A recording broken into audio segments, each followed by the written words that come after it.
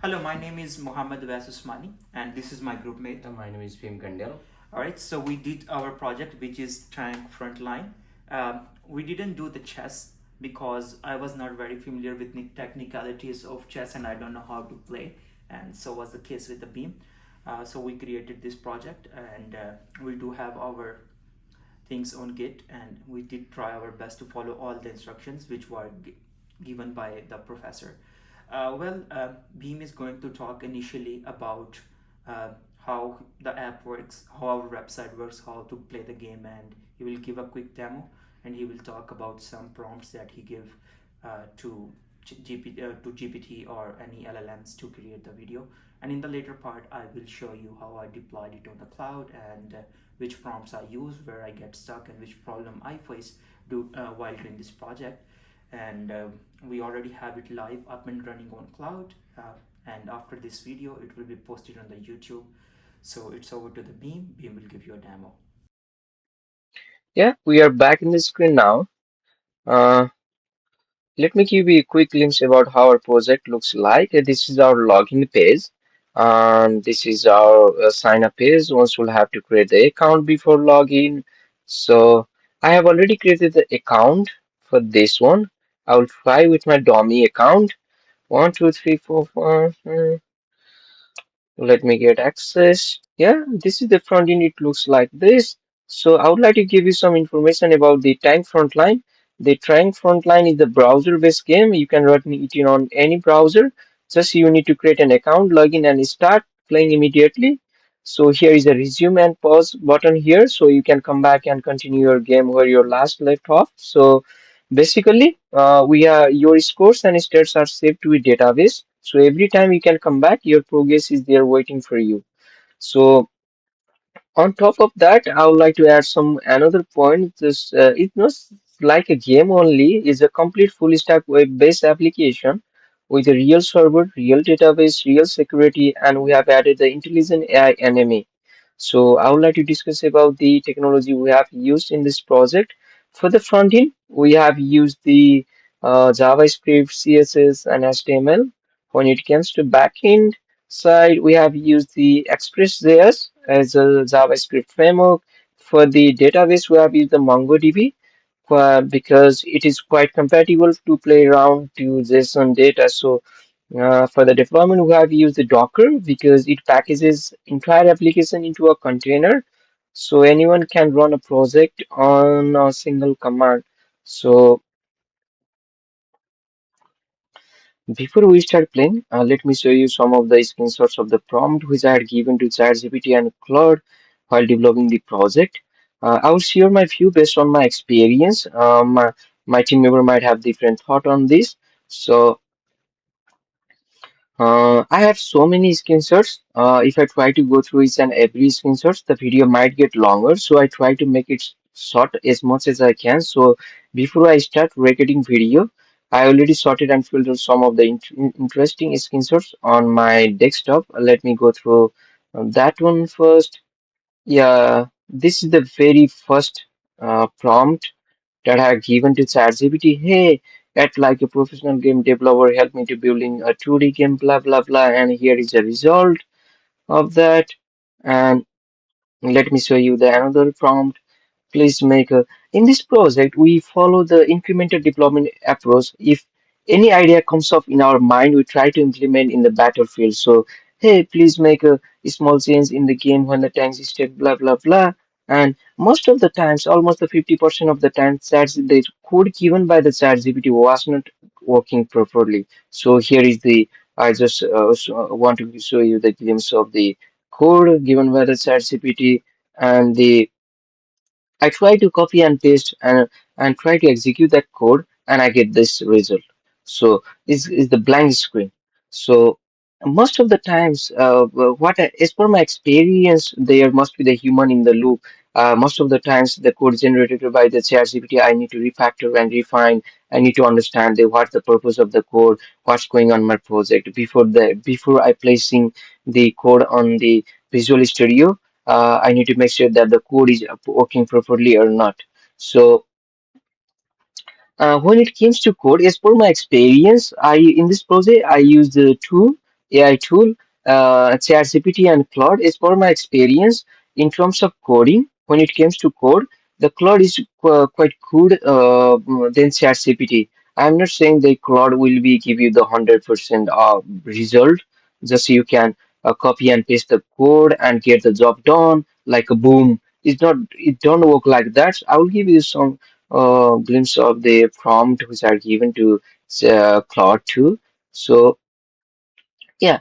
Uh, the cloud also do make mistakes, but the ratio is quite low in compared to ChatGPT, as per my experience. But might be I'm weak on giving the strong prompt to ChatGPT, as per my. This is totally based on my experience. I think that Claude is quite good, but Claude do make a mistake too.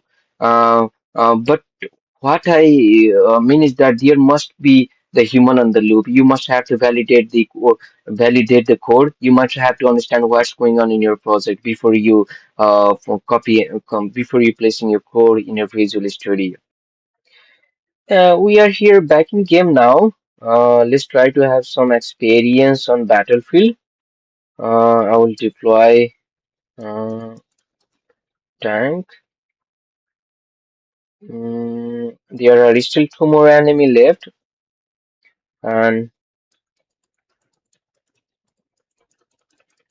I have almost full lifespan. I will kill this one. Yeah. Look at the behavior of the uh, enemy AI that uses the A star pathfinding and the utility-based decision. When the what I mean is that the here what we can easily observe that when the lifespan of the AI enemy get the lower than the threshold, they try to hide from the player. When they have the strong life, they will attack the player much more aggressively. So we will let's kill that one too. Because going away from us, we need to kill them. I need to, yeah, let some have first aid. Mm, I will kill that one too, and this one too. Yeah. Oh my goodness, it's a pretty hard game. Almost done here. I will show you the additional features. So let's deploy our tank again, and I will go back and pause the game and log out. And just I will log out. I will come back just to check that our system is working properly or not. Yeah. Now initially we are here at the starting phase. We are here. Now we are, you know, uh, we we are now in the easily we can easily observe in the screen that we are here now, that we can easily resume the game where we last left off. So we will resume the game, and yeah, and that's every features is working perfectly.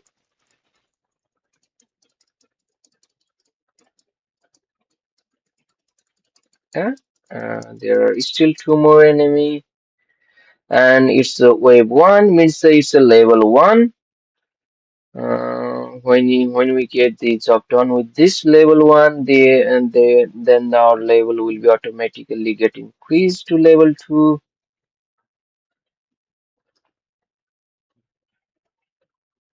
I'll kill this one too. Okay, we are in the wave two, means level two. Yeah, and we can see the profile of the user from here. The highest score is 675. The latest score when the user start playing games is the member sense, and the best way and how many times the user play a game, and here's the number of the history of the user. So yeah, we have already tested the light mode and dark mode, and it is working perfectly fine, no issue at all. And before I hand over to my team member Awais, I want to share my personal conclusion from this project, because I think that it's the most important takeaway for me. And a lot of people ask, will AI replace programmers? My answer after using AI to build this project is no, not anytime soon. And here is why. AI is incredibly useful for generating code quickly, especially for well-known patterns like authentication, database schemas, and game loops. For basic application, yes, definitely AI can build them almost entirely on its own for basic application. But um, but the moment something goes wrong, or the like a blank screen, or failed patch, a feature that doesn't behave correctly, you need a human who understands what is happening, what's going on. AI cannot run the code, cannot see your screen. AI does not know your project the way you do what you are supposed to do, he might get the misunderstood you. The chances are a little bit higher. The right way to use the AI is the very best, and because I support the argument that the AI will definitely make your job easier. So if you're gonna make this project, it will obviously make more than a month. But with the help of AI tool, we get the job done within a weeks. We get the job done.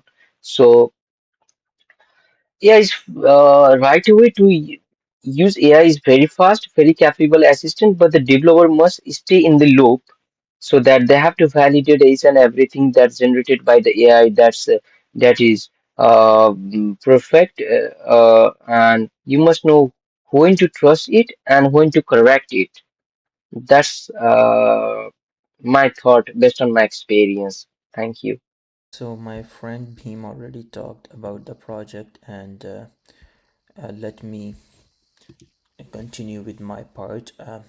Where you can see in the previous screen where Bhim was talking, the project was being hosted locally. Here you can see now we have a link for that, and we deployed on. I deployed it on AWS, and now it's on the cloud, up and running, and you can sign in, and everything is safe there. Let me talk about the prompts that I used as here's a prompt that I use. Hey, I need to create blah blah blah blah blah, and I give all the details, and it's unzipping and inspecting the structure.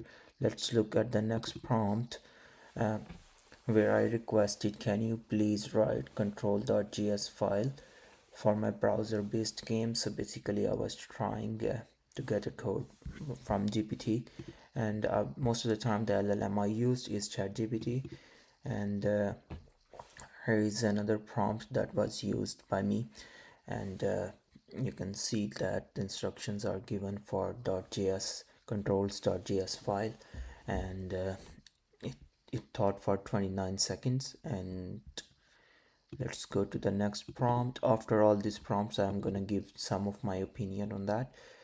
Hey, so the prompt says my game.css file, so it's gonna talk about that. I'm currently it's talking about the whole scenario that you can read. Because of lack of the time, I'm not gonna read the whole prompt. And then it's actually checking, inspecting, and giving the answers. I didn't attach the screenshot where it shows the details for the answers.